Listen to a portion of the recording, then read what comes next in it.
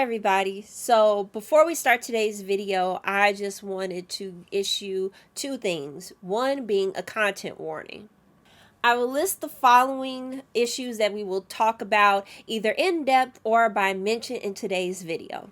If you believe that you cannot handle these conversations right now and you'd like to come back to this when you feel like you can, or if you're just like, I gotta skip this, that's perfectly okay.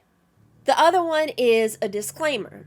In today's video, I will be recounting allegations made against the CEO of Zeus Network, Lemmy Plummer. As of right now, these are just allegations. Legally, everyone is innocent until proven guilty in the court of law. And note that these allegations are not coming from me, but from different cast members of the different shows hosted by the Zeus Network. I will leave the appropriate links down below if you want to learn more about these allegations and just inform yourself. But once again, I am not making them. I am just recounting what has already been spread in the public through the media. Everything other than that is my own personal opinion, because that's what I do on this channel. I give my opinion. I'm a yapper. It's what I do. But other than that, I hope that you find today's video informative. So please enjoy and let me know what you think down in the comments below. Thank you.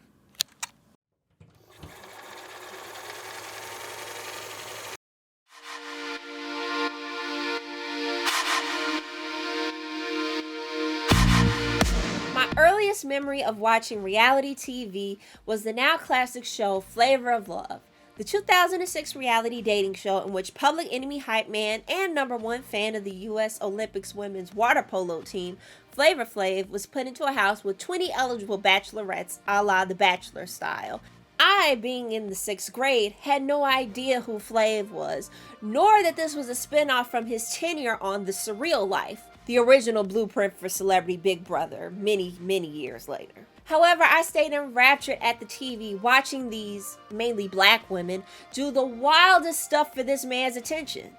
I also remember during that time, the show caught a lot of flack from the black community, mainly for how the show portrayed not just the women, but the namesake of the show. Flav was shown as a bit of a bumbling fool, not taking things seriously while smiling wide with a mouthful of gold grills and only interested in these women for their bodies. In fact, many of the nicknames of the girls were very, very shallowly given. And in turn, the women were portrayed as mainly wanting Flav for his money. There was an infamous challenge done on the show where Flav's ex hooked the girls to a polygraph machine to see if their intentions were true. It was a menagerie of superficiality, if you will. In an NPR interview, commentator Mark Anthony Neal went as far as to compare the show to a form of minstrelsy, saying that, quote, Sambo figures like Flavor Flav have justifiably created new anxieties among some black audiences who deal with the fact that there are far fewer examples of black humanity available to us on television and in film than one might have thought at this point in history. Well, damn, man, tell me how you really feel. Many in the community agreed with Neal's assessment at the time. A lot of ire was directed at Flav, the women, the producers, VH1, and Viacom for portraying black men and women in a negative light and perpetuating stereotypes. Because, believe it or not, Flavor of Love was the only reality dating show on at the time with a black man as the bachelor everyone was competing for. In fact, I think it was the first one. It was revolutionary, yet in the same vein, it was a setback. To have our first black lead dating show with a black man, having mostly black women compete for him, be this? Well, when I was putting the name tags on the girls, my hands were somewhat doing a little traveling. You like apples? I love apples. It's so nice to put this where it belongs. Slap it, boy. Yeah, it left a bitter taste in everybody's mouth. I say this to show that these conversations are not new. In fact, if you were old enough to see the discourse around Bad Girls Club, Love and Hip Hop, Basketball Wives, pretty much VH1 in general, then you know these talks are not new, nor regulated to a specific community. But in terms of these shows, I remember calls to boycott these productions, which didn't work. However, calls to boycott the advertisers who put ads during these shows did. Slowly but surely, many advertisers began to pull out, which meant money was being lost. This resulted in censorship of these shows where the fights would either be cut out entirely or a small snippet would be shown, but nothing too graphic. Just enough for you to get the idea. But with the censoring of the violence came dissatisfied viewers. And I was one of them. I've been watching reality TV for a decade at that point. I watched reality TV for the mess, for the drama, and the fights were part of that. You take that away, what am I watching? This, along with the rise of social media spoiling many of that season's story before they got the chance to come out, folks got tired of the perceived scripted storylines, lack of violence, and monotonous actions of returning cast members. While the viewership of some of these shows have seemingly remained constant after all these years, the conversations still continue, even after the change is made. The idea of good representation versus positive representation, perpetuating stereotypes, what part of respectability we sacrifice for realness, and what negative parts of the community we show to the public lest we face more racism thrown at the whole because of the actions of a few, are conversations we have constantly. Hell, they made a movie about it.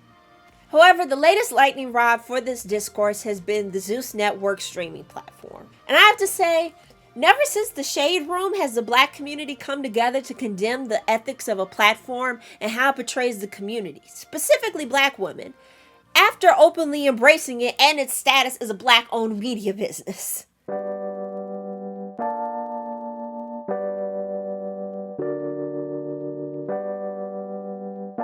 Now, believe it or not, but this was not the original plan for the network.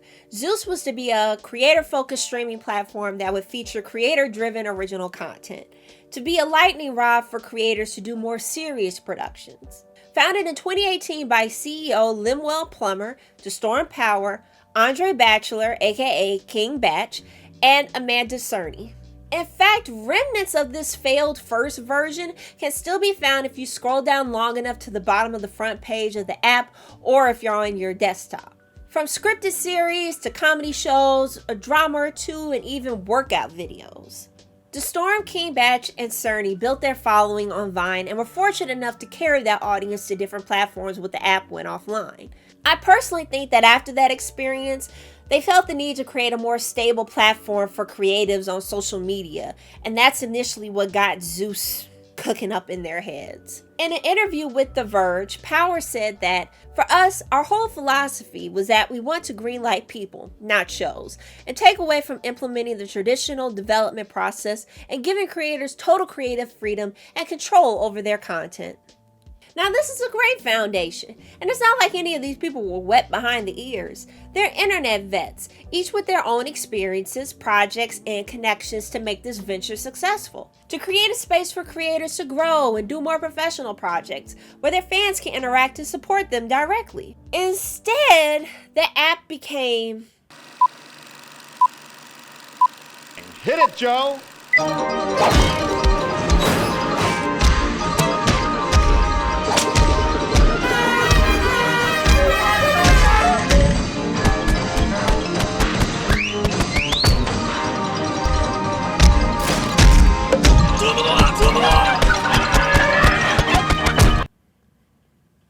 Now, if like me, you were curious about the origin of Zeus and looked into how it became what it is now, then you will know our main suspect is not who you think. No, King Batch, the third worst thing Canada has produced to terrorize the US, is not to blame. He is a red herring. Get on top of it, Freddy. He's not even in this episode. That doesn't matter. Somehow I know he did it. Let me state my case. Let's introduce my first suspect, Mr. Plummer. Lemuel "Lemmy" Plummer was born in Detroit, Michigan into an already successful media family, with his parents owning 3 religious TV stations. In his 20s, he went on to work for BET by producing shows like The Monique Show, The Family Cruise, Mary Mary. At the time, he also had a production company called Three Sons Productions, which worked on all the shows listed. Later on, he then claims to have come up with and sold the concept of Preachers of LA and Preachers of Detroit to Oxygen to franchise. He's been in the business for a while and seems to know his way around it. And if one is to assume that, then he must also know what sells and what doesn't. I believe it was this past production experience that got him his position as CEO of the network. Yet as I dive into the history of Zeus to figure out who's left from the original team, I noticed that the other 3 founders are nowhere to be seen. Plummer has been pulling a Stan Lee, putting himself out there as the face of the app in recent years as the app's popularity has grown. By making himself the face of the network to the point that I'm sure no one else knows about the 3 founders of Zeus, even to the point where he's calling himself the founder. Not one of the founders, the founder. He goes by the name of Lemmy Plummer. He is the founder and CEO of the Zeus Network. What's up, King? How you doing, man? And how did this even come about? First of all, who is Lemmy Plummer? Yeah, who is Lemmy Plummer? Wow. I am obviously the founder and CEO of Zeus, but I wanted to launch a full service production company. To be honest, this organizational chart that I'm trying to figure out is truly, what's the academic way to put it? Fucked. Unfortunately, I can't stay on it too long or else we'll be here all day, but just keep that in the back of your mind for this video. None of the original 3 creators are anywhere to be found in modern Zeus, creative or production wise. If they are, I ain't been able to find it. It seems as if somewhere along the way, the app was most likely not pulling in enough subscribers to sustain itself with the original content it had on offer. So a compromise had to be made on what kind of programming they wanted to create to draw folks in. Plummer even mentions this in both the previous Breakfast Club interview I mentioned and in a new one from last year, 2023. Again, that's a tough business. Do you think it was a bonus for you to be a young black man owning your own network, getting people to believe in you and sign up, or do you think it was way harder? Even because I see some of the shows that you're doing, obviously Ray J was up here giving you props for the Zeus Network, but when you first were launching it and you had this vision and it wasn't in existence before that, how hard was it for you to get people to say, okay, I believe in this, I want to partner with you? Man, it took a minute. It took a minute because, it was a lot of experimentation going on. It's been our customers, love the experience because it's so loud and our content is uncensored, it's raw. We don't like to water it down, right, and censor it up so much so, where the experience or what they're watching is not, I think that I think our audience resonates with our content because it's real. Okay, a lot of networks water down their content; they have to censor it. The talent doesn't come off usually authentic and real. And I think that makes a difference. We put out our content a lot faster. We just shot a whole series of Baddies East. We're literally, we just wrapped a few days ago. How many fights? I'll let her answer that one. How many fights, Natalie? 30 or 45. You see what I'm saying? No, but I Thus, the app ended up being the home for Bad Girls 2.0 and VH1 reality alums. The most egregious example being a spiritual spinoff of a spinoff. And even grabbing one of the Love and Hip Hop series' most notable cast members, the Puerto Rican princess herself, Jocelyn Hernandez, for Jocelyn's Cabaret, which is a show about her creating her own touring cabaret show, which it isn't cabaret, it's just choreographed stripping, which there's no problem with that, but it's not cabaret. And it has so many fights and nudity that I don't think I can show it in most of this video. In an interview for Black Enterprise, Plummer even claimed that VH1 had sent him a cease and desist. He says, quote, "Yes, I have received cease and desist letters from Viacom and VH1 who have basically told me I'm treading in their space." I mean, there is treading in their space and possibly ripping them off. Allegedly. From the other creators I saw that dug into the network, the consensus on when the change happened seemed to be when the show TT Do You Love Me aired. The show centered around TT, a character created by Quaylon Rogers, aka Blame It On Quay, another Vine star who then moved to Instagram. In this show, TT is looking for love. In a comparison done by the official network themselves, they even compare the show to I Love New York and Flavor of Love. So buddy, I don't know what you thought would happen with that cease and desist. But anyway, given the outrageous premise of the show and character of TT, the show drew in a lot of viewers. It also didn't help that Quay already had a built-in audience to kind of drive traffic to the app. But it seemed that the format that they decided to stick with was based off of this show. And that accumulated in the big shift that even Plummer admits was the big push for Zeus, which was the real Black China. Now, there is another reality TV love show that I'm missing in there, but everybody else that I've looked into said that the real big kaboom, the big bang, if you will, of Zeus was Black China's show. Now, look, I'm gonna be honest. I ain't got the time nor the emotional strength to explain who Black China is, but her docu-series, aka reality show, was the spark that brought the audience to the app. Since their main mode of income is subscriptions, I can only imagine the number of people who subbed to watch the mess that was Black China's life back then. But it didn't even stop there. Most recently, there is Wild vs. Bad, which is just wilding out from MTV. Hey guys, so this is editing Kyla. While I was editing the footage to get the Bad vs. Wild opening credits, I saw this, and I can't fucking believe that they are actually promoting this and have the nerve to say that they don't condone the violence that happens or they try to minimize it. You're literally counting how many fucking arrests these women have and how many black eyes they got, how many, like, what the fuck is this? This is like some Thunderdome shit. Like, what kind of fucking dystopian world are we living in? I'm having a stroke. I am having a stroke. Nick Cannon actually proposed this show after getting in trouble with MTV for anti-Semitic remarks. The Auntie podcast show, which gathers 3 of the most volatile women on social media, including Black China's mama Tokyo Toni and Rick Ross's ex-wife, which, baby, it gathers them on an interview style like podcast. If they can stop fighting long enough to interview the guest. You do it after I'm a this shit dog over. walk your Make ass. sure you do it after this is over, bitch. Okay. Make Just sure. So you know. Have a seat. You better. Just so you know. You better. Was you and Devin together before you became famous, or? Yeah. Yeah, that's good. So I ain't got no earpiece, guys.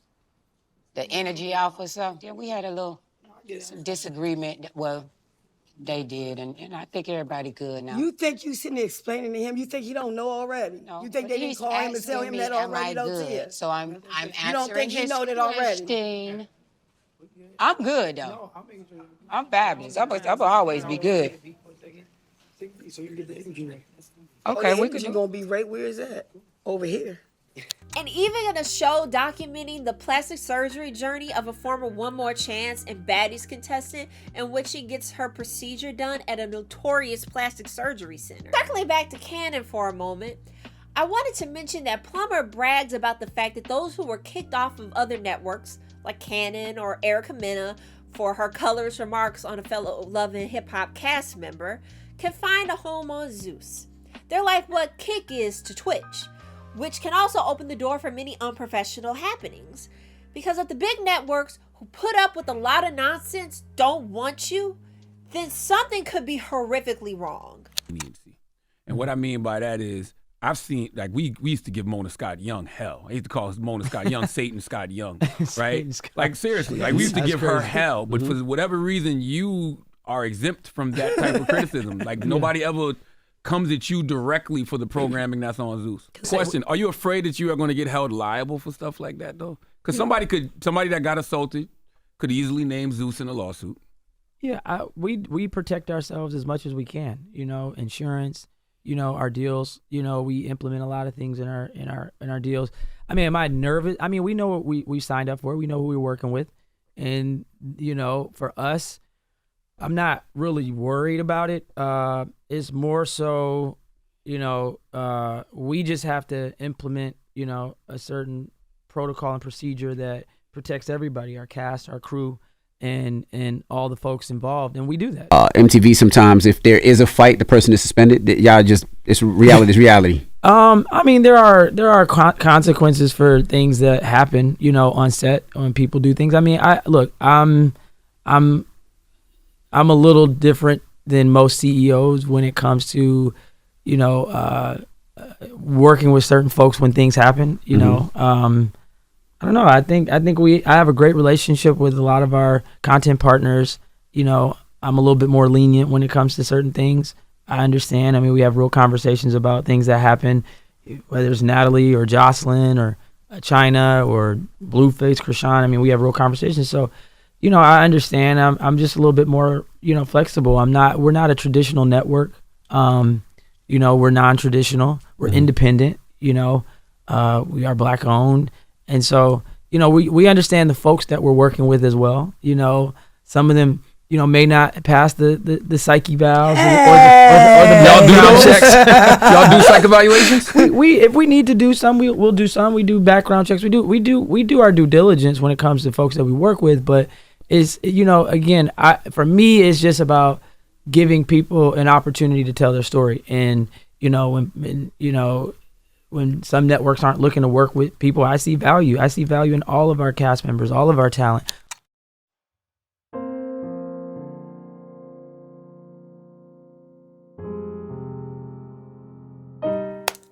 Now, I would be doing a disservice if I did not give a mention to the allegations of possible sexual workplace misconduct against Plummer that have come out in the last few months. As a reminder to the Zeus legal team, I am only recounting what has been said before in public. And to those folks at home, these are all allegations. Former Baddies member Cash Doll, singer and Brandy's brother Ray J, and even Chance have come out either fully or alluding to the fact that Plummer often entered sexual relationships with female members of the cast for his shows, and that this could result in production having to show favoritism toward these cast members and giving them priority in productions. But it ultimately sounds like a quid pro quo situation in which someone would be promised something for putting out. She also stated it'd be some real life pervy stuff going on. And she was releasing a lot of stuff. She was exposing a lot. She was saying that everybody on the cast is pretty much broke and they be just living this facade as if they got it, but only a select few of them are really making a lot of money. Thus coercing them into a sexual relationship that they may not have done if something wasn't on the line. Ray J and Cash Doll have even gone so far as to compare him to Sean Diddy Combs, which is something else considering all the interviews I've seen of Plummer for this video. He really admires Diddy's business model. I mentioned this as while these are allegations, and I know the minute I brought up Ray J, a good chunk of y'all probably rolled your eyes and dismissed everything I said after that. This video is mainly about Black women and the discussion the community has about how this network exploits them and how they seem to be getting away with it. So if this is what the talent is alleging that's going on, then not only is this network exploiting these women for profit, but possibly doing worse when no one is looking. But once again, these are all allegations. So take from this what you will. But let us move on from Lemon Pepper Stepper and get on to our next subject.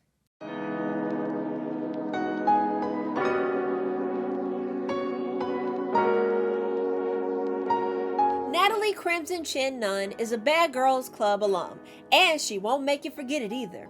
And she's also a full-time ratchet Black woman cosplayer. You gotta get up out of here. Dig it. What the fuck you was doing in this city anyway? I know, right? The fuck going on, bro? You're gonna get the ghetto black bitch. He's gonna punk you all the time. Stop at your motherfucking promo shoot. You know what I'm saying? I'm not sure what Nunn was doing before reality TV, but she realized that she could continue to make a career of beating bitches up. Once her stint on BGC ended and the show ended due to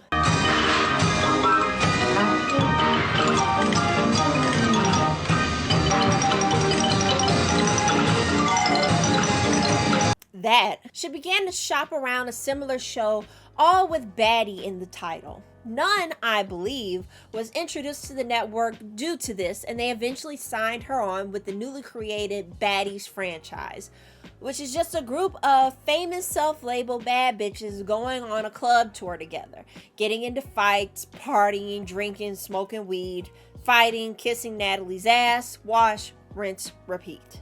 It's like BGC, but replace the concept of bringing in a therapist to help the girls through their underlying angst and insecurities, and instead pose this question: how long can they stand each other to get through the tour without fighting?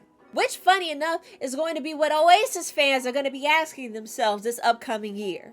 If you're old enough to live through Oasis, then that joke was hilarious. Zeus went from wanting to create original programming focusing on smaller creators in an effort to give them a boost to the mainstream, to just being an uncensored clone of projects that did these concepts better. Yet while these shows are creatively bankrupt, they are hypnotizing to watch for many audience members. Thus, my deduction is that Plumber at some point realized that the audience VH1 had abandoned still had a need they wanted to be met: uncensored and unbridled reckless behavior. He then decided to give the people a place to enjoy just that. The additional team up with Nunn just helped to solidify this turn and create the Zeus we know today, as Nunn had a lot of connections to old reality show alumni as well as social media stars that I believe Plumber didn't have at the time. A lot of the people who star and participate in these shows bring with them an established audience who wants to see how they'll interact with other people. And with all these big personalities clashing, it does make for an entertaining watch, which is something that I wanted to explore at the beginning. In fact, one creator I watched for research, The Unpopular Party, who also has a video on the history of Zeus Network, which I recommend you watch, made this great point. Like following to make viewers be like, oh, we're gonna boycott this network. Absolutely not. Because what does a lot of the big viewers only care about when it comes to Zeus? Mainly the fight, it's the violence. Be honest, whether you just admit it or if it's a guilty pleasure or you just like a teenager who love violence or you're an adult who just need to escape into the messy stuff. People only care about the fights when it comes to it. So Stunner Girl unfortunately would just become an afterthought to the Zeus Network machine and they would just keep going. Why do you think in that premiere episode of Baddies East, Natalie Nunn, she kept screaming like, yes, please fight me. Make me money, because with her being an executive producer, she's going to continue to make a coin off of you girls fighting. Now keep that in the back of your mind because I'm going to come back to this. When I initially thought of doing a video about Zeus Network, I originally wanted to look at Jocelyn's Cabaret, as I grew up watching Jocelyn on Love and Hip Hop Atlanta. As I got older and realized the toxic abuse that Stevie J put her through at such a young age, I really wanted to see her succeed on a project that seemed close to her heart. Now, Jocelyn is going to be who she is, so I knew what to expect when it came to her. But I ultimately was not ready for the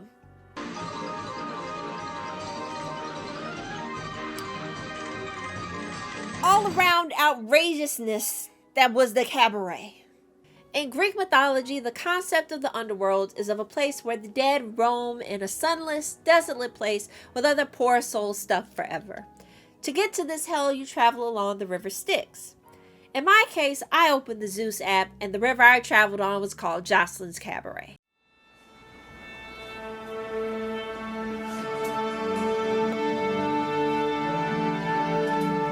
When I was initially thinking of looking into Zeus, I wanted to do a deep dive on not only the original content that was there beforehand, but also review the most popular show at the time, which was Jocelyn's Cabaret.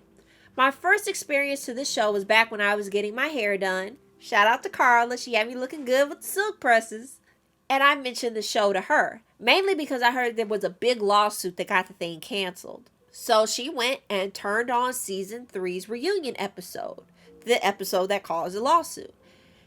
And I cannot describe to you the utter chaos that I saw. I can't even show it to you on this video platform. Like, oh my God, all kinds of cussing, fist flying, hair pulling, weave and wig throwing, titties bouncing out everywhere. It was utter chaos. Scraps of clothing being thrown around, women getting dragged every which way. Like, it was madness. I'm not gonna lie to y'all, I was hooked. I couldn't fathom what could lead to such a cataclysmic climax, let alone how this was allowed to go on for a whole 45 minutes. They didn't even get to talk. It was straight fighting, like WWE SummerSlam, except it was a room full of Ric Flairs and Macho Man Randy Savages talking shit. I just had to know how we got here. So I started watching the show. Let me tell you something. I have never experienced this before with any other show or really any other form of media in my life. But I was overstimulated.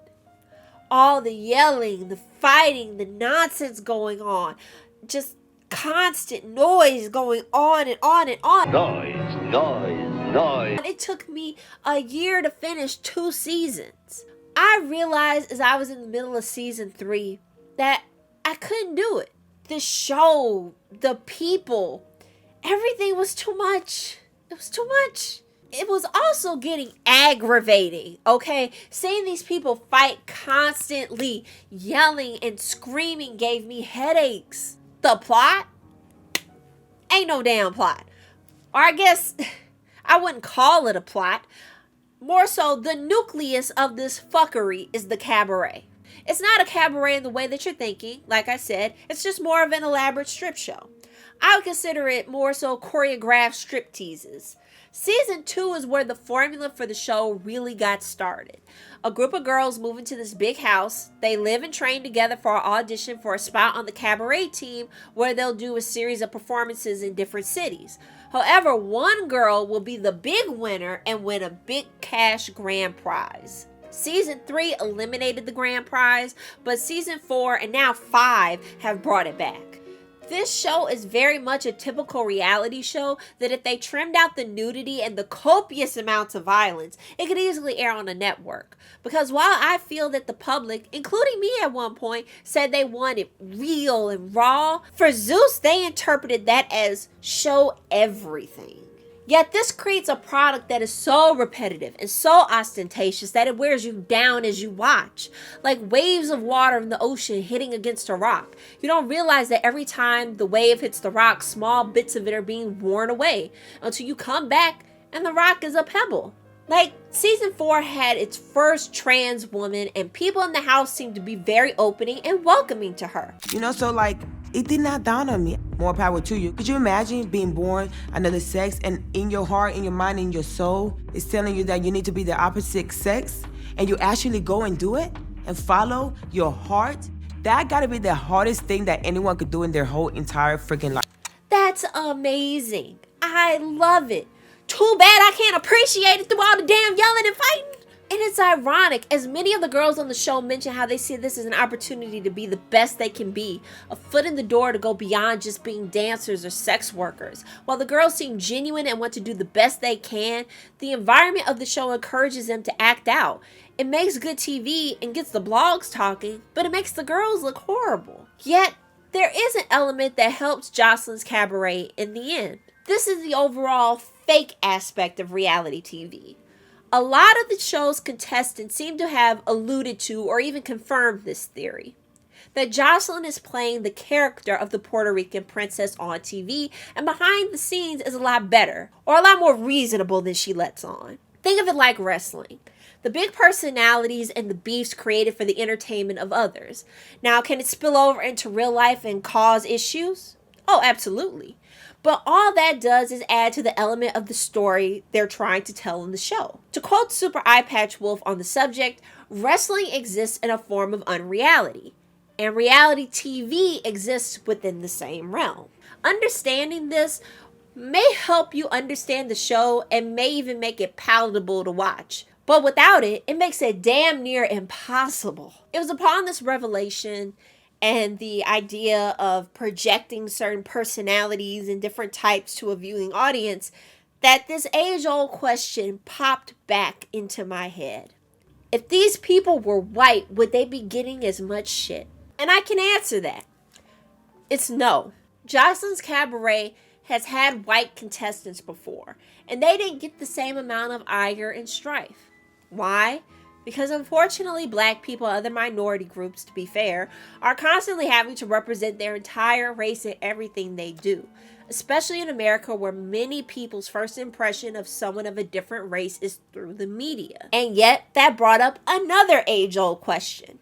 While it is important to make sure we have positive representation in the media, at what point do we end up desaturating the breadth of the black experience? Because to deny these women their stories that they're telling, albeit through a really, really manipulative network, that's their truth. That's their black experience. That's their womanly experience. And who are we to deny them the avenue to tell that story?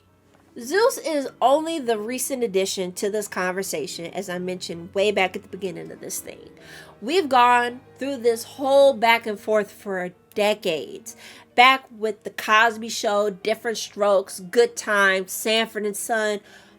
All these conversations have been had before and probably will until the day you and me die and we don't have to hear it anymore. But amongst all that, I do feel that in this case, Zeus does deserve the ire it's getting from the community. So after being bombarded with the cabaret, I decided to try something else.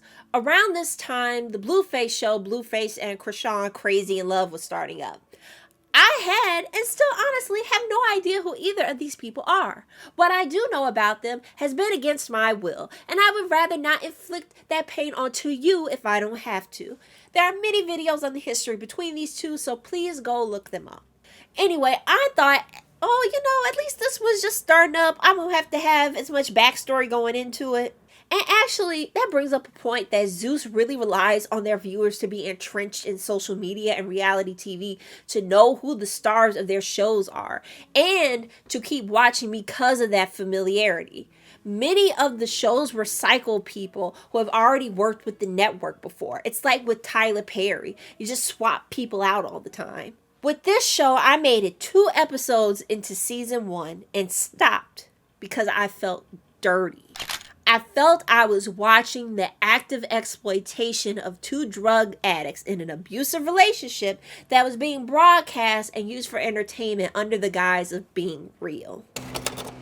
So editing Kyla again, while I was getting B-roll footage, I completely forgot that this was literally the opening to the first episode of the first season, is this disclaimer, which is trying to almost put the blame on the viewer. Like, well, you call their relationship toxic and it's not traditional, so, it's just how they love. And is it even really a love story?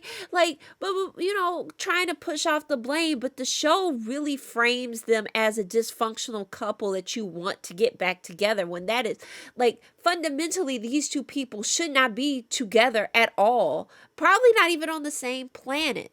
So I moved on to try Bad Boys in both original flavor and Texas barbecue. So I trudged through the first season, but the Texas season opening up with Orlando Brown, former Disney child star, getting bailed out of jail by Natalie Nunn in a big pink fur coat with cash, like some kind of kingpin, I just stopped. So editing Kyla here, when I went back to look for B footage for this scene, it came to me like, wait a minute, wasn't Orlando Brown in jail for a domestic disturbance? And when I went to go check, here is an article from the Hollywood Reporter that yes, he was in that Ohio jail for not only drug charges, but for a misdemeanor domestic violence charge against his brother, whom he was staying with at the time, and threatened with a knife and another object. And I can only imagine being the brother.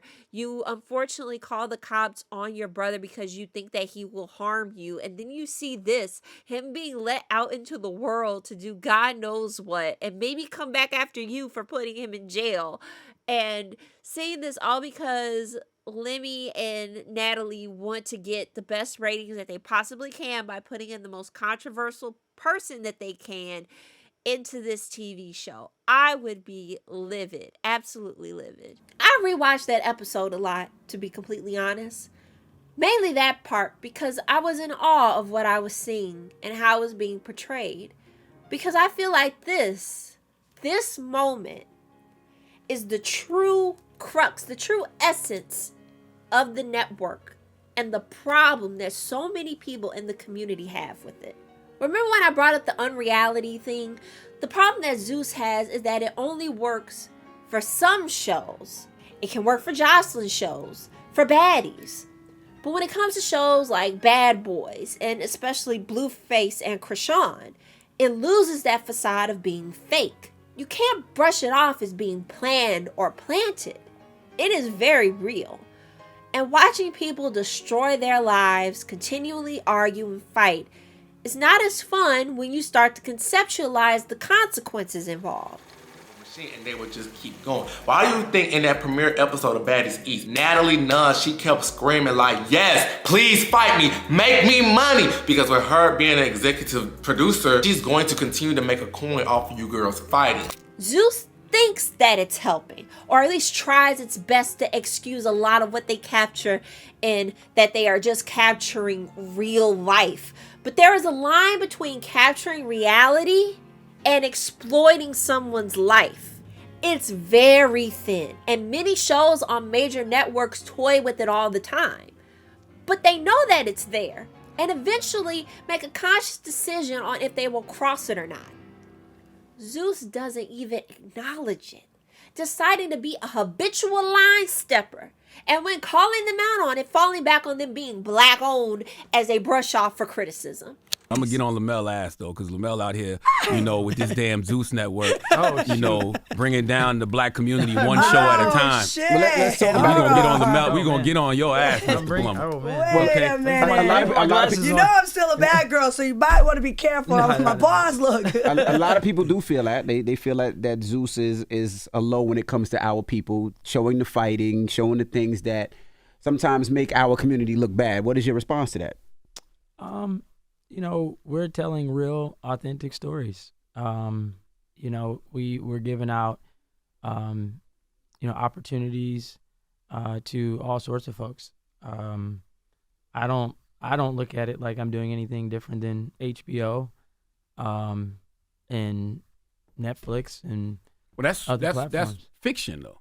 Oh, they have a lot of reality shows. They have a lot of unscripted shows that. I ain't never seen nobody on HBO get busted over the head and have a gash so deep that they had to go get stitches. I don't know. I think for me, because I'm black owned, we're young, we're new, we're hot. I think people are feeling away, and I was appalled at how Jocelyn was. She threw a whole chandelier at a woman. Who the fuck? What the fuck is that? And then Zeus Network, that I didn't even know was black owned and operated, they love that shit. They don't give a fuck how upset you guys get at me or at Jocelyn or whatever. They got your $4.99, and that's what the fuck they give a fuck about. Now, I am the first person to point out racism, inequality, and how systems are used to downplay people of color, and especially black people in this country. However, what I will not do is have a black-owned company try to shield itself with that label, to have that be an excuse for why they do what they do. In fact, for many people, that makes it worse. As I said at the start of this video, black Americans are constantly in a balancing act between how we are depicted in the media. Oftentimes, this representation was out of our hands. But now that we have the means to shape our own image, many realize that it's not that easy. Yet I think we are willing to extend grace to those depictions that are not the best because we know people like the ones being depicted. We can relate on a level that adds an authenticity to the media that makes it more digestible for the community. We can sense in some way that the intention, while genuine, is a bit misguided. And given what I see, what a majority of the community sees is someone whose intention is one of showing off the worst of people for profit. Not the worst people, but the worst of these people for profit. They tell you if you fight, you get put out. However, the show is based off of them fighting because they probe you to fight. Like they'll say, literally they'll say, what the hell? You got a ticket, go! Oh, if you're gonna fight, don't fight outside. Fight in the inside. So then you get in the inside and then they fighting, then they carrying people out. But the whole time they carrying people out and act like they don't want you fighting. The camera crew like this over you with the camera and the microphone to capture the footage. Like, bro, I need my head up. Y'all in my face with that camera. Why you want to be in my face? Go get your fucking bitch that. You want the get camera shit. I just never grew up in line with her dirty shit. Like, bro, Hey, all you gonna do is get one hit. Ain't no more hits getting hit. So they asking us to explain everything, personalities and all that shit. So we all was talking over each other. But my group, before we went in there, we said we wasn't gonna fight each other, nothing. We was all gonna, try to show our personalities and shit. But it was like, kind of like, they wasn't really trying to see our personalities. It was really more so they wanted to see who was gonna fight, who was gonna get booked with each other. And you feel me? Like, I was trying to show my fucking personality. Come on, like, it's all good. Let's go. Who want to challenge her? Who want to challenge her? Nobody? Nobody? That's it. She got Next. No, next. That's crazy. Next, I'm good. Johnny, no, we're not going out like that. Let's go, Johnny. We're not going out like that. Johnny, no, wait, that's a fight. That's a fight, bro. What? Asian dog, wait.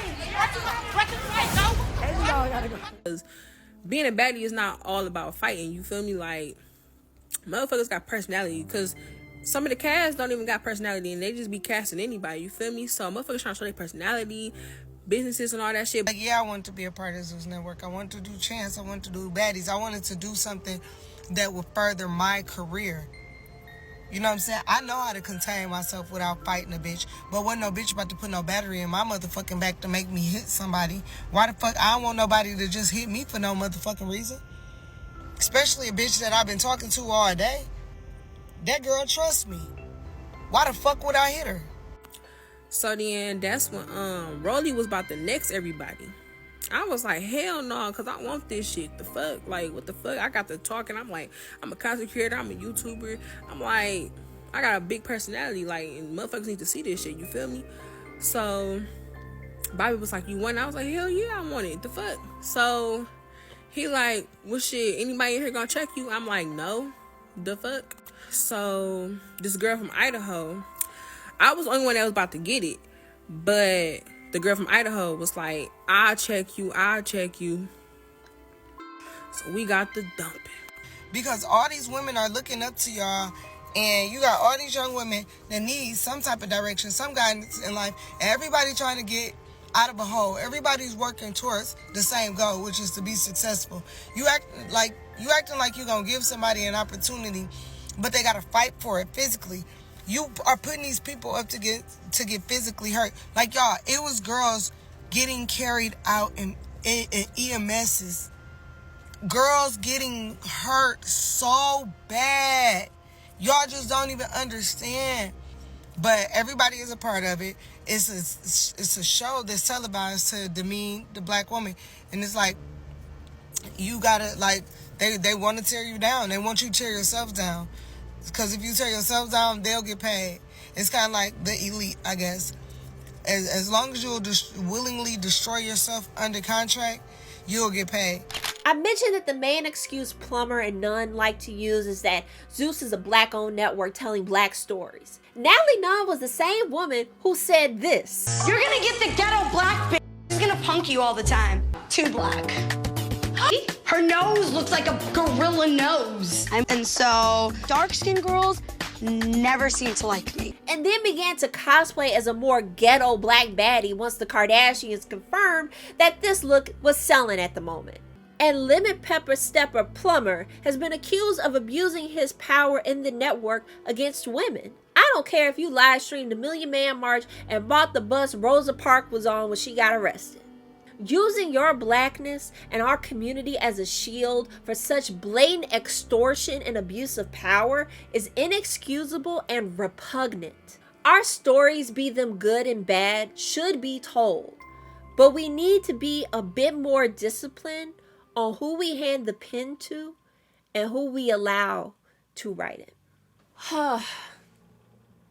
Anyway, I hope you guys like this video, and I hope that it makes you think mainly about not only our image in the media, but also the just way that black women seem to be disrespected a lot in institutions, and in this case specifically one that claims to be for black people. And to make a point out of all of this, and me actually, like I said, I support black people. I love my people to death. But you will not just start flagrantly launching that around to do some fuck shit. I am wearing my Black Creativity hoodie, which is a juried exhibition that happens in Chicago at the MSI, Museum of Science and Industry. I'm not calling it by that new name. And it's a juried art exhibition for black creatives. They hold it every year. I am also wearing Juvia's Place as makeup. I have Fenty Beauty gloss on my lips, and I am black as well, so there's that. But please let me know your comments down below, and if you could share this, I would be very appreciative, because given how long I talked and how much footage I know I have and how like difficult it was to film this, I would really like at least about 2,000 views for all my hard work. If we can do that, I would be forever grateful. Well, anyway, thank you guys so much for watching. Consider subscribing. More videos like this will be on the way. And I hope you guys have an awesome rest of your day. Bye. Shades of night are sleeping.